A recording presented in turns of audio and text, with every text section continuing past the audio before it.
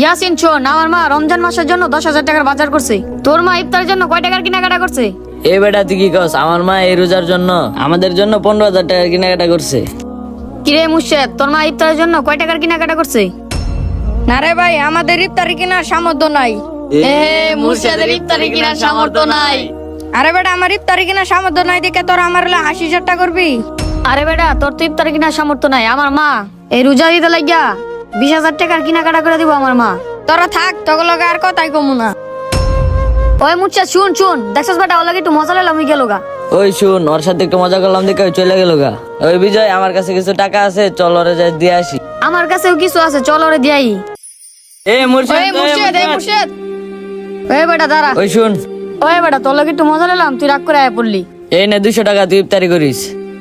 এই না, আমিও দিলাম 200 টাকা, তুই ইফতারি কিনিস। আচ্ছা বন্ধু, ঠিক আছে, আমি যাই এখন। প্রিয় দর্শক, ভিডিওটি ভালো লাগে একটি লাইক দিয়ে শেয়ার দিয়ে আমাদের পাশে থাকুন।